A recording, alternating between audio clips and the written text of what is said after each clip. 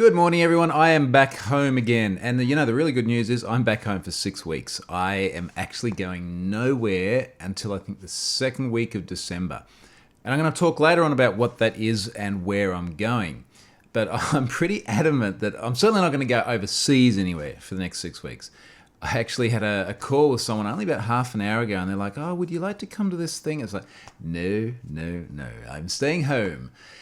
And part of the joy of or the joy that I'm expressing at the moment about being home is it's 33 degrees Celsius here today. The sun is shining. The pool is warmed up.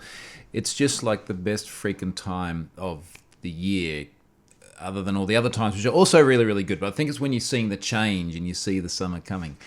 So, I'm really looking forward to actually churning out a bunch of stuff too. I've got a heap of Have I Been Pwned things I want to do, a heap of blog things I want to do. So hopefully this is like day one of a very productive 6 weeks. Now, be that as it may, I did get home last night from my last bit of travel for a while. In fact, last week, I forget all the things I've done. Last week, obviously, I was in Texas, and I flew with my wife from Dallas to Sydney. Incidentally, that holiday was obviously I did conferences and things as well, but that trip, shall we say, was, I think, the most enjoyable trip to the US that I have ever had in terms of just really sort of appreciating the culture in ways I hadn't before. And I think I said last week, maybe it's a Texas thing. I don't know, but everyone was super friendly. I really enjoyed that, and it sort of has reset my perceptions on the US a little too, in very positive ways. So anyway, we flew from Dallas straight to Sydney, 17-hour flight. Thank you very much. So that was fun. And then went through Sydney, hung around there for a few hours, got on a plane, flew to the Gold Coast, and I had less than 24 hours at home, and then it was like back to Sydney again. So let me talk a little bit about the event that I did there on Tuesday, which was different to what I have done before. Now, let me explain how this worked. So I did a panel discussion for a conference called Cybos, and the Cybos conference is owned by Swift.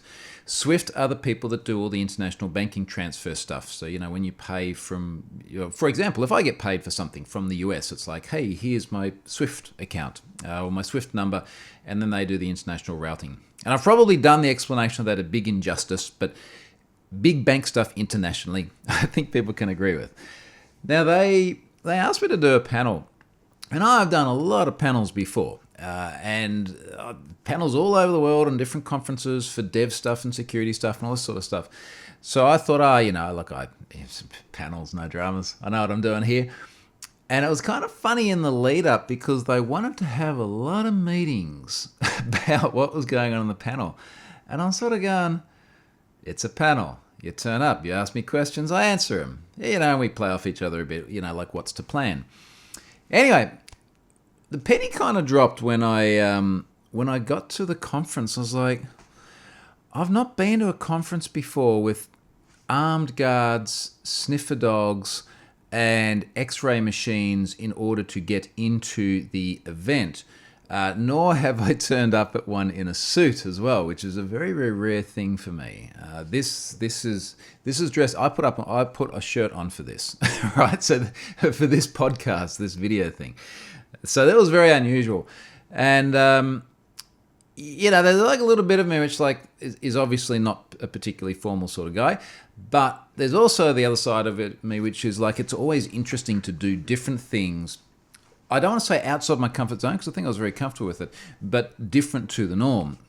So anyway, I was on a panel with a couple of other folks as well, including I think her correct title is the head of cybersecurity of Telstra, which is our big telco, and a Russian bloke in banking. And I'm sorry I've done Dimitri a big disservice by probably not understanding his role better, but it was someone that I just met on the day. Both lovely people with very interesting insights. Anyway, so we did this panel, and the panel was effectively, I'm going to read you the title here, and I know some people lose their freaking minds with this title. Is a cyber 9/11 inevitable? Now, you can imagine me as I'm preparing for this going, this seems to be very sort of formally prepared, and then it's like both cyber and 9/11, which are obviously kind of buzzwordies.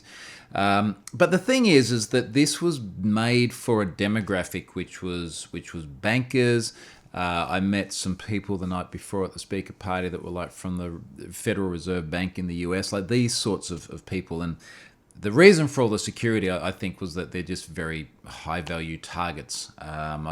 It still seemed rather excessive to me, but I don't know what I'm talking about when it comes to how to run a banking conference. So anyway, it was sort of targeted at that audience that wanted to be spoken to at that level.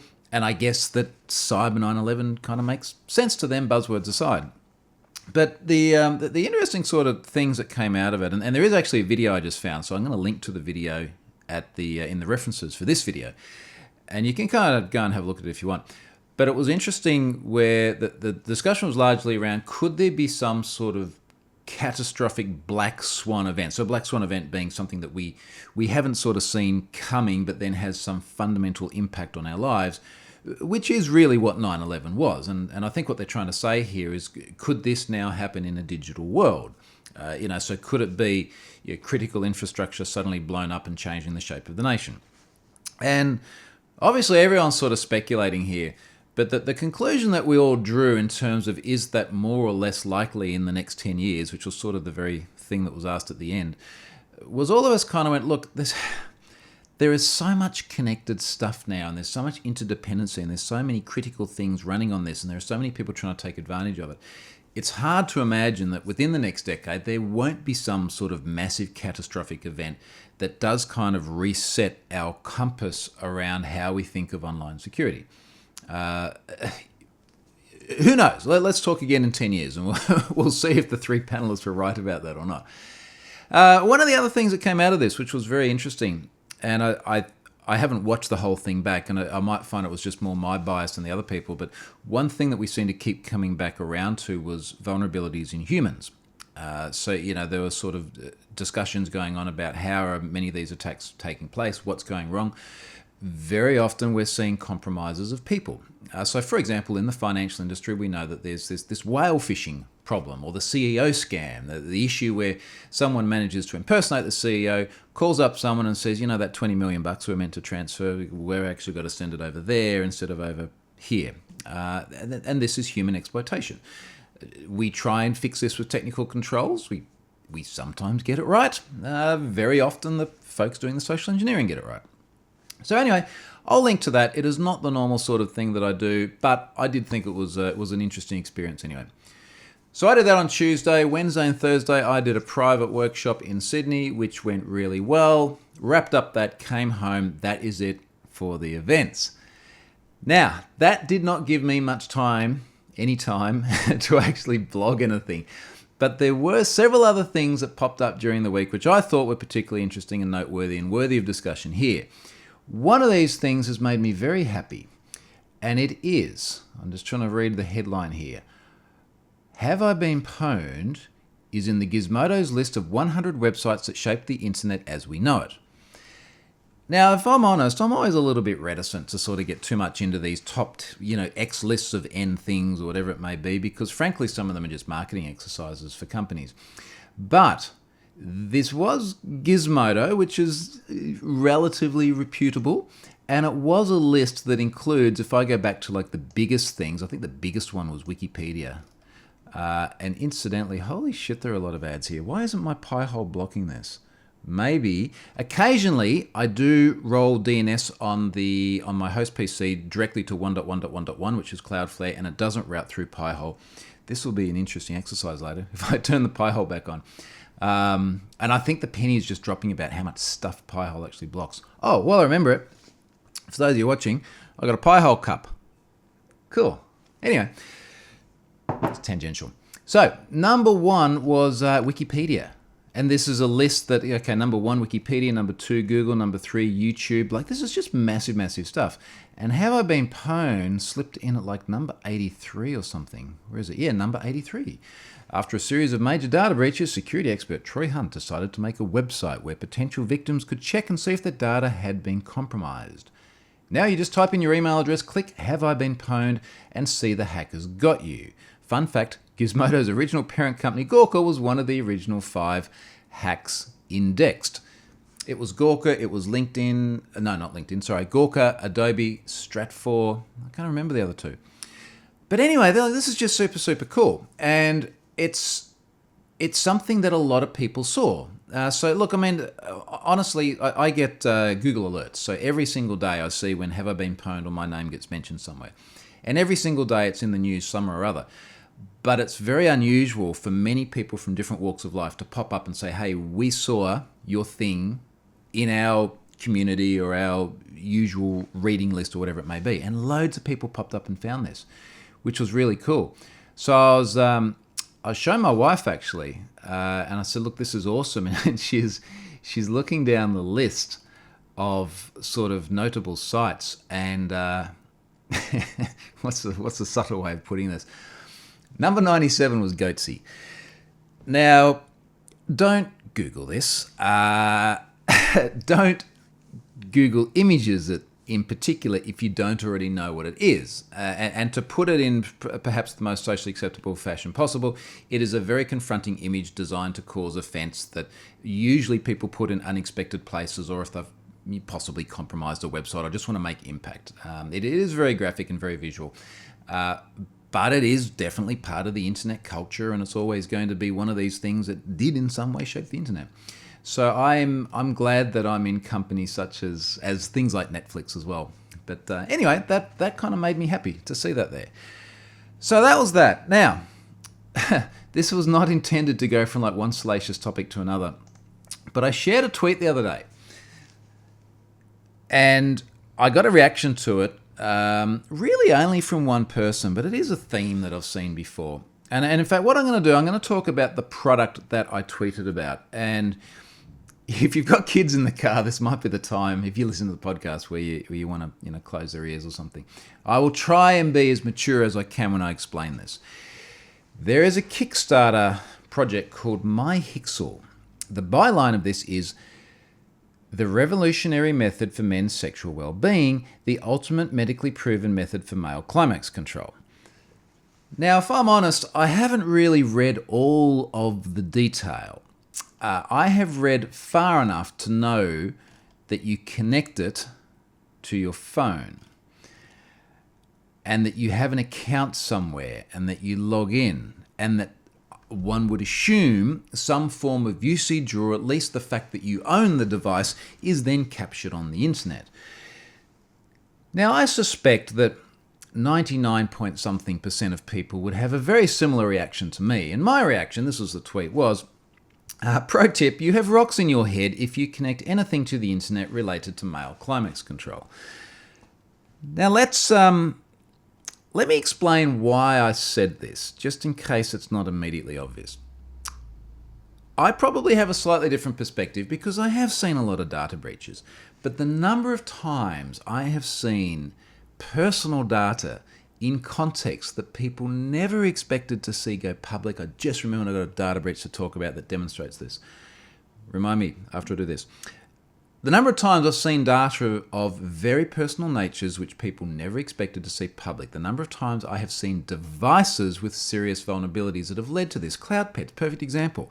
Kids' voices exposed over the internet because of vulnerabilities in cloud pets. VTech, same sort of thing. Kids' photos, names, addresses. Thinking about even things like Nissan, the fact that Nissan Leaf had vulnerabilities in the app that allowed you to control the car. Let's be clear, the air conditioning in the car, climate control, pullback trip history, pullback battery status. Fortunately, not driving features. Google all these things, they're all out there. Even more recently, put it in the adult industry realm, WeVibe, which is a company that makes adult toys, which you connect. They got fined catastrophically. That was really bad. It was like tens of millions of dollars, I think, in total, because of the fact they were collecting usage data, mapping it to personally identifiable attributes, and it seemed to be a problem with consent or awareness of people as to what they're doing. When you capture data of this nature as an individual, you take on a heightened risk. Like this is not a negotiation, right? Like this is what happens. If you take on this particular class of data, you connect it to the internet, you capture this information, you now have something in a digital format that you didn't have before. When it's in a digital format, the likelihood of it being compromised suddenly goes through the roof. If, for argument's sake, and again, I said maybe no kids in the car. If you want to go out and get an adult sex toy and go to town on it with batteries in your own bedroom, not connected to anything else, that is a very, very different risk profile. Unless someone is present there in your room, they're really not going to be aware that you have one and that you're using it in this fashion. Start sending all that data up to the internet, and suddenly the risk changes fundamentally.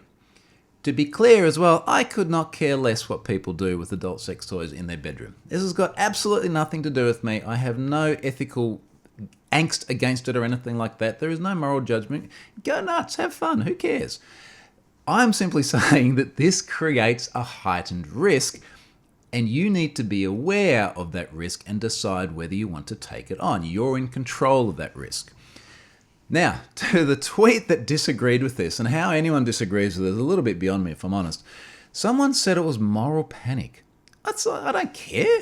You can go and do it if you want. I'm going to say exactly the same thing about the teddy bears. It's not moral panic. I don't have a moral objection to using a cloud pet. I have a risk objection to using a cloud pet. Security nihilism. I just don't even know how you get to that. It's like, do a risk assessment. If I digitize the data, I've got this risk. If I don't digitize, and people just freaking lose their minds over it.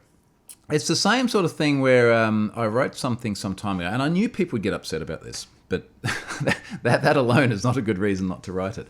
I wrote something about, effectively, once you digitize data, you take on heightened risks. So if you want to get involved in sexting and things like this, first of all, it's entirely your decision.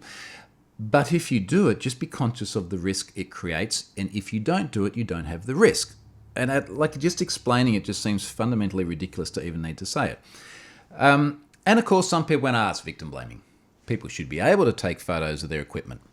And yes, they should be able to take photos of it. And they can. And if they do, their risk goes up. Like, what's hard to understand about that? So, I found that very odd. And look, you know what? Here's almost like the measure that I apply to it. So I've got a 6-year-old daughter and a 9-year-old son. So they are going to be approaching the ages where they find new things on the internet and they have camera phones and all this sort of stuff. And I always think, what would I tell them about risk?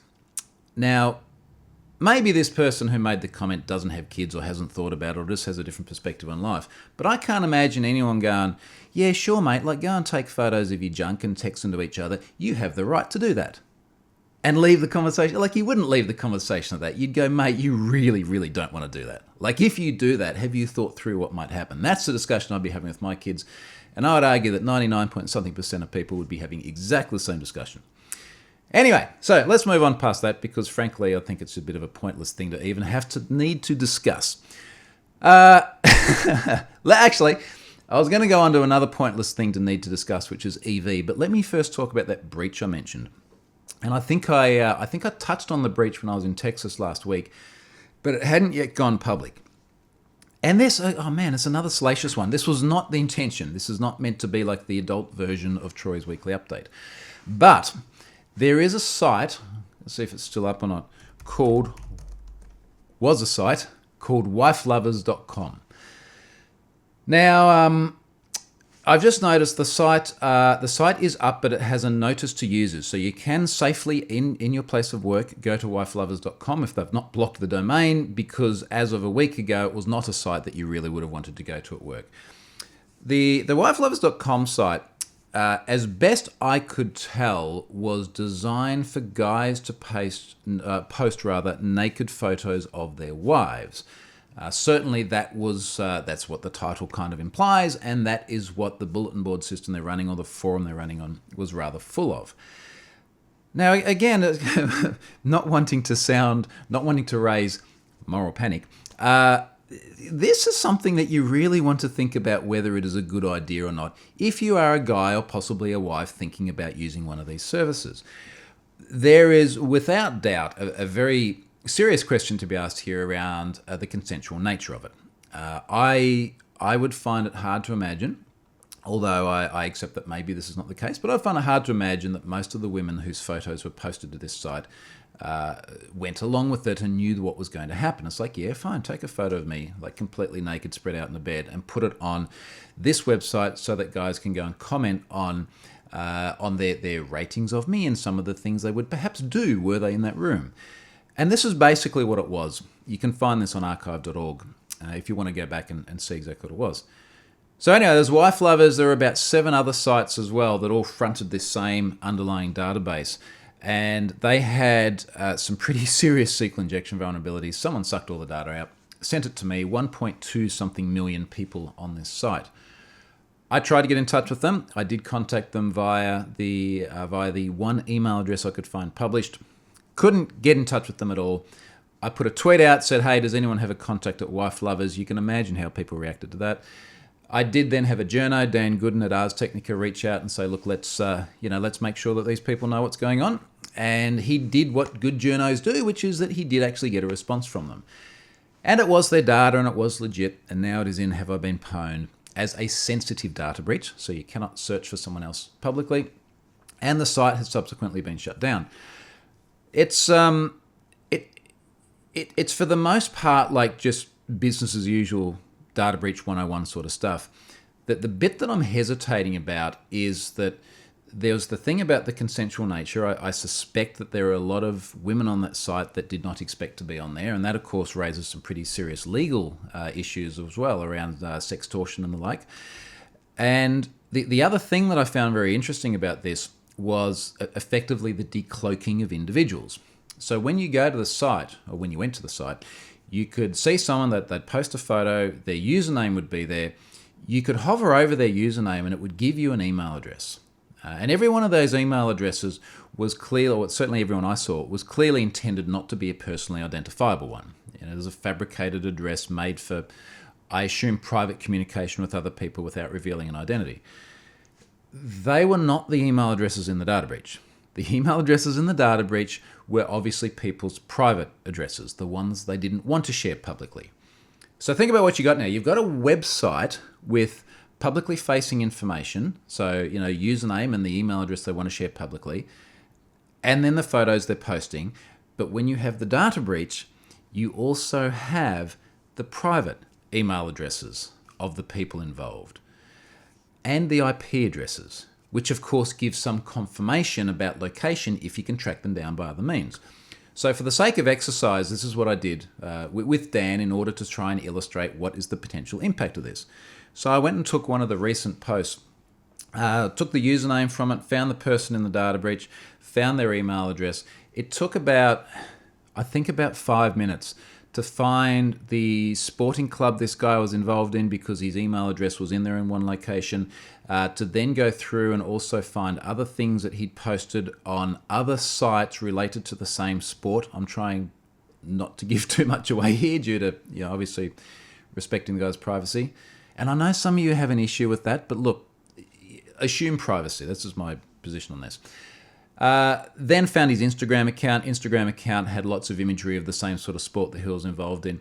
And also the IP address from the Wife Lovers breach aligning with the geolocation of which the guy was obviously present in. So you can sort of see how all the dots join up. And it is hard not to imagine that there would be really severe, possibly life-changing ramifications for the bloke had he been outed like this.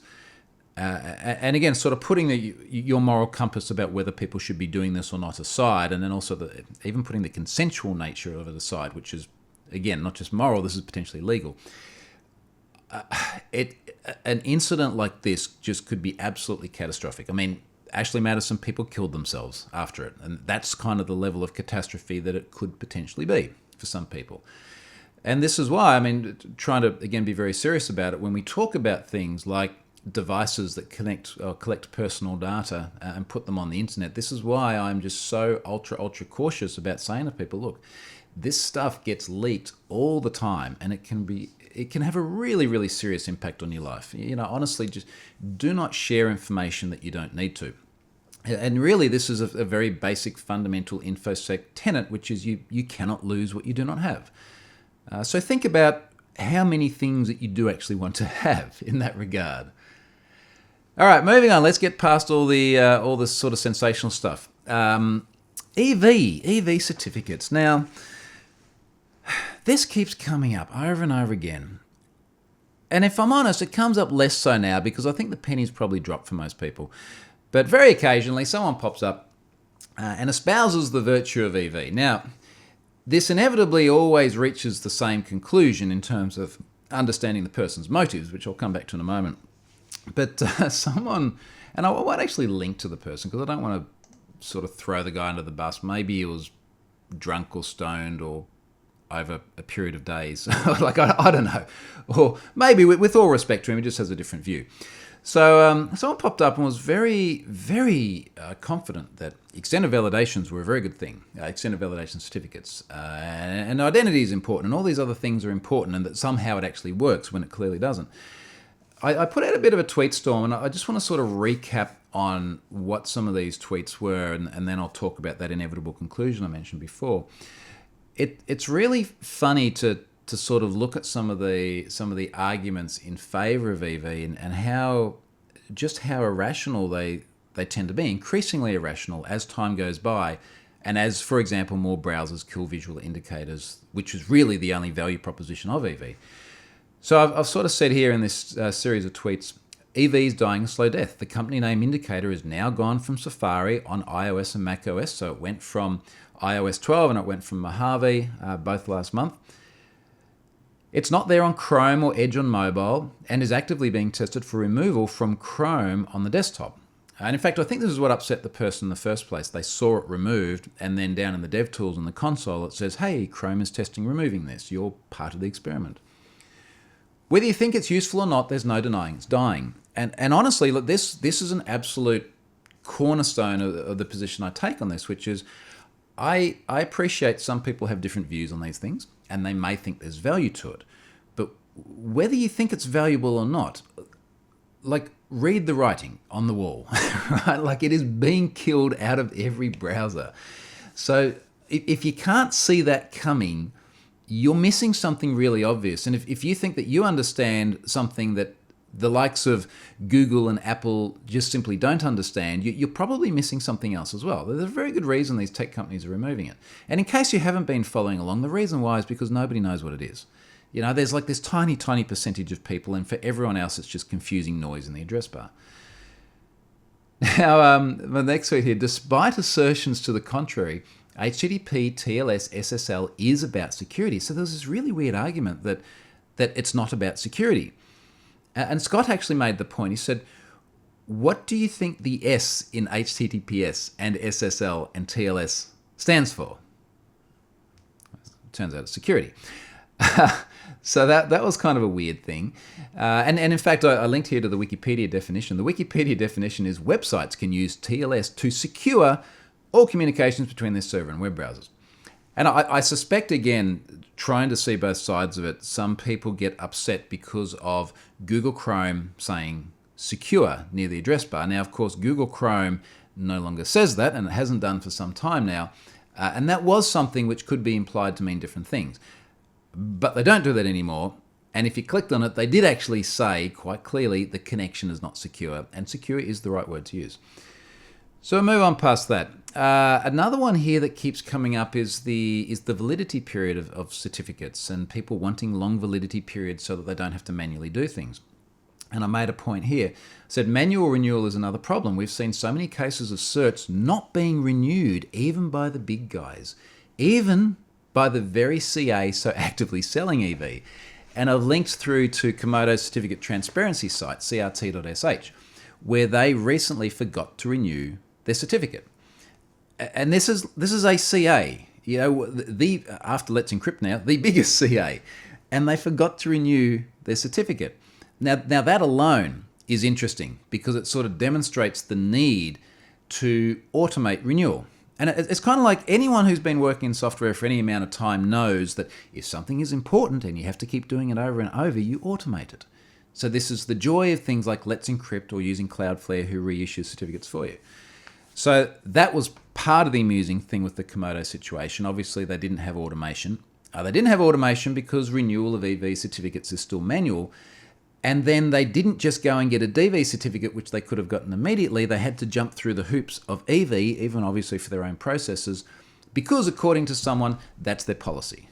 So it's like, all right, your policy is to leave the site broken for everyone. rather than put a DV certificate there, which no one knows the difference of between that and an EV anyway. But incidentally, every time I say no one knows the difference, obviously there are some people that do. I'm rounding up.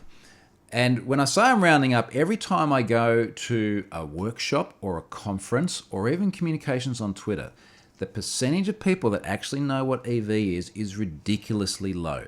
It is very low single digits. And I literally ask, I will go to an event. There'll be hundreds of people in the room. Put your hand up if you know what an EV certificate is. And there's like a dozen people. And that'd be it. And they're the smart technical people. You know, they're not like the masses, so they're overrepresented in terms of the greater society. We've all heard the mantra before of something, if you need to do something often and it's important, automate it. We've covered that. There's an interesting argument as well. In fact, Scott Helm answers this question very, very well, or addresses this very, very well.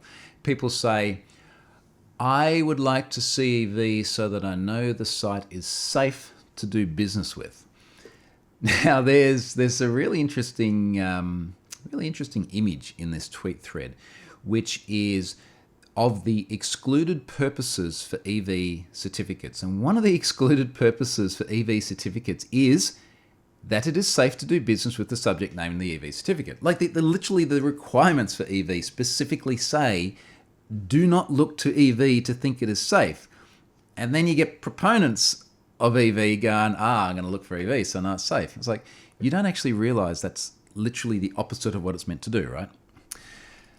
The premise that security should be expensive, this was a really interesting argument that came up. So the argument was, people are expecting security to be free and that is bad. Now, the penny for me dropped later on when I realized what the motives were. I didn't realize at the time. I sort of took it at face value.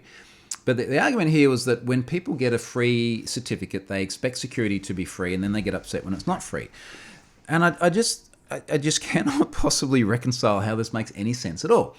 By having free certificates with the likes of Let's Encrypt, and again Cloudflare, which incidentally still issues Komodo certificates, but they bundle it all up and they do it for free.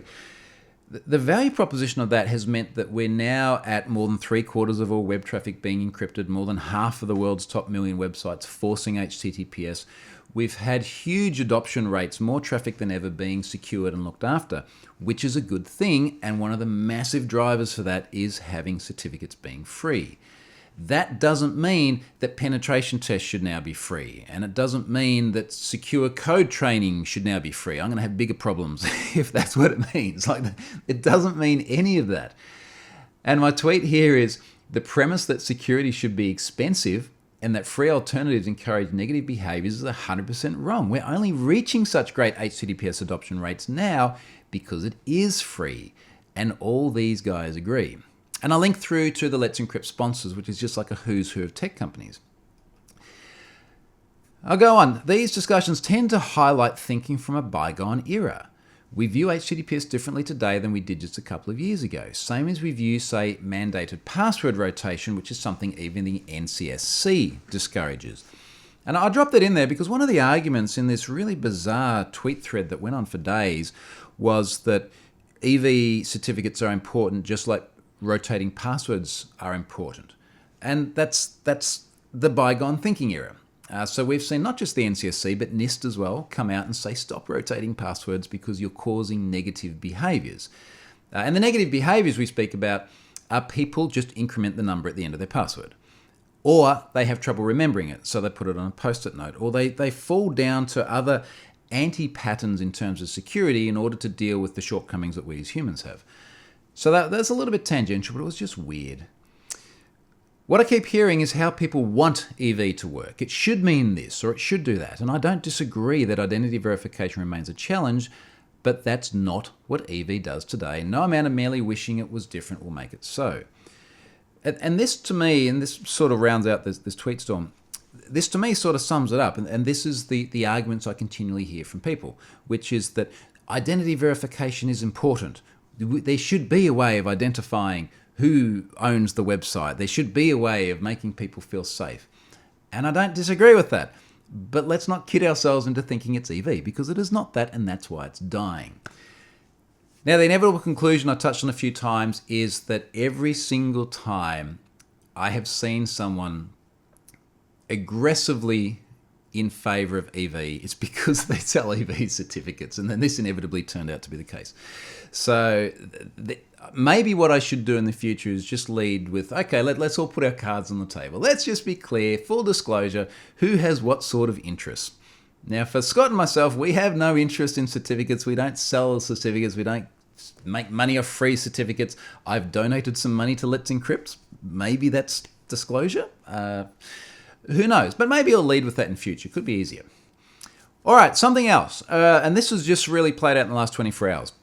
The Apollo data breach. So Apollo is that data aggregator in the US that left a whole bunch of data exposed. I think it was about 120 million something unique email addresses, including mine, got left exposed. Security researcher found it, sent me the data. It's in Have I Been Pwned? And the challenge, I guess, with the Apollo situation is that, let's say in my case, I gave my data to New Relic. New Relic does application performance monitoring, things like this. They do a good job of that. I've met a bunch of people there. I've been to their offices in San Fran. Very nice people. I like the New Relic guys. And at some point in time, they have then provided my data to Apollo. Apollo's lost the data. Now, I've started dropping stuff into a blog post because I think the shape of this post or the tone of this post will emerge over the coming days. But the post is effectively going to be, what did I tentatively title it? Lessons from an American Data Aggregator Breach in a GDPR Era. And let me just read some of the tweets I've seen, and then you guys can kind of make up your mind. So someone here, a bunch of people made subject access requests to Apollo.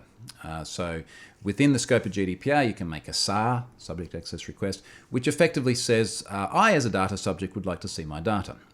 Which incidentally, GDPR aside, sounds like a very reasonable thing to do. So let me show you some of the responses, because people have made subject access requests to Apollo and had responses back from them. This is in chronological order too. Someone says, I had a response to my GDPR request. They've screen capped the discussion with Trevor at Apollo, and Trevor features a lot. I think Trevor has had an absolute shit day out of responding to these, if I'm honest. He says, thank you for your inquiry. As a data processor, we obtained and processed your data at the written instruction of our customer. Accordingly, we cannot acknowledge your request. Now, this is a bit of a theme, and this is where I think it gets very interesting and where I'm trying to find the right narrative for the post. A bunch of people got very upset because they said, I thought GDPR was meant to help me get access to my data. And I fully understand that sentiment. My understanding also is that a data processor doesn't necessarily have to respond to a subject access request. They are processing on behalf of a customer, and indeed there could be privacy violations if they do that because their accountability is to another customer, such as New Relic. Now again, this is my back of the napkin understanding from chatting to people online. If there's one thing I know about GDPR, it's that no matter what you say, someone else will get upset and say you're wrong.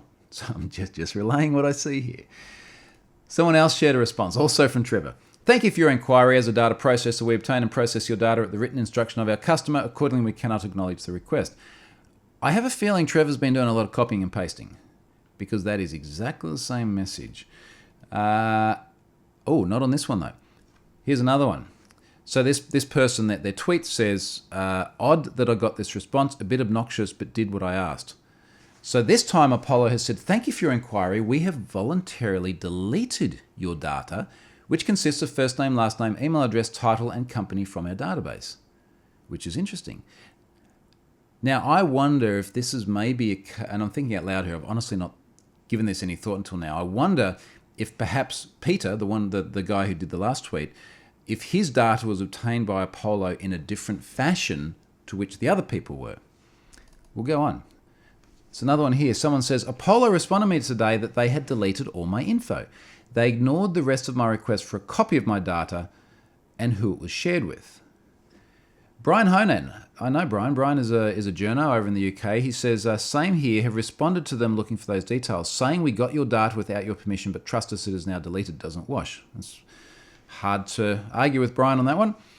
Trevor again in another quote here.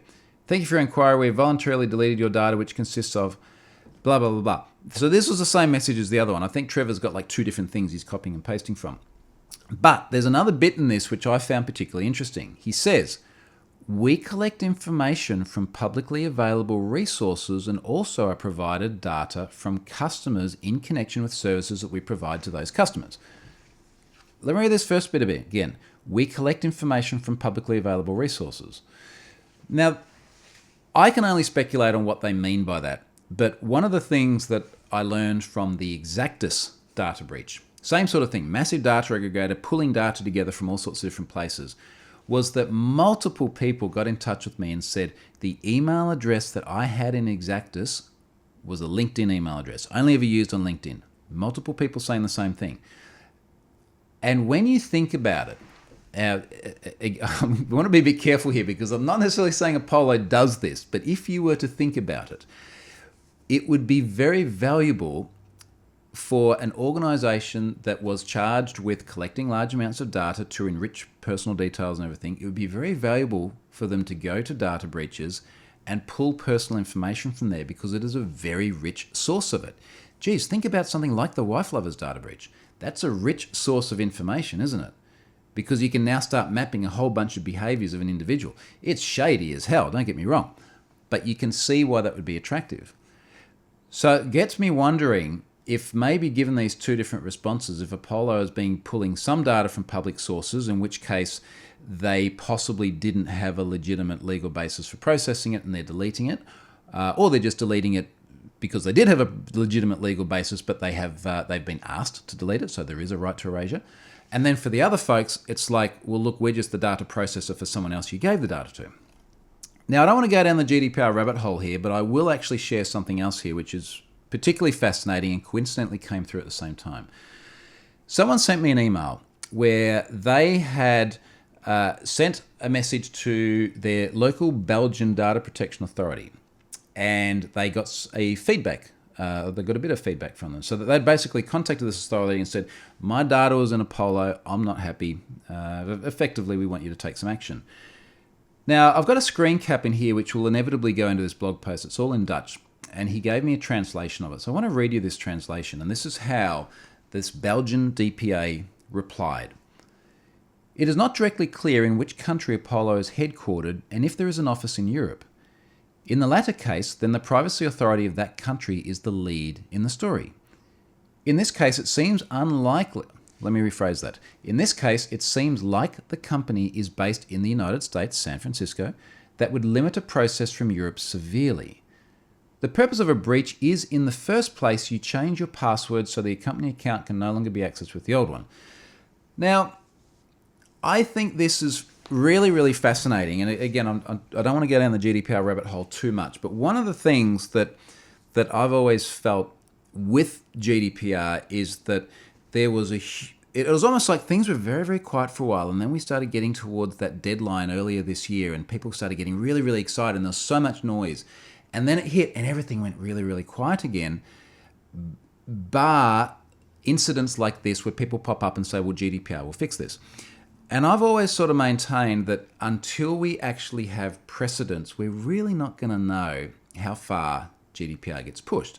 Let's be clear, I want legislation that is aggressive, well beyond the scope of just Europe as well, that goes after organizations that stuff around with our data. Like we've got to have this, surely. It just seems like a basic human right. So I really want to see aggressive controls that allow us to do this. I have always been reticent to say that GDPR will do this to the extent that people think it will. I keep hearing from people, because I'm an EU subject, not necessarily resident or citizen. Apparently GDPR doesn't actually explicitly say that. It says data subject. Because I'm an EU data subject, when someone, let's say in the US, screws around with my data, I'll be able to go after them. And people have been very, very vigilantly expressing those messages.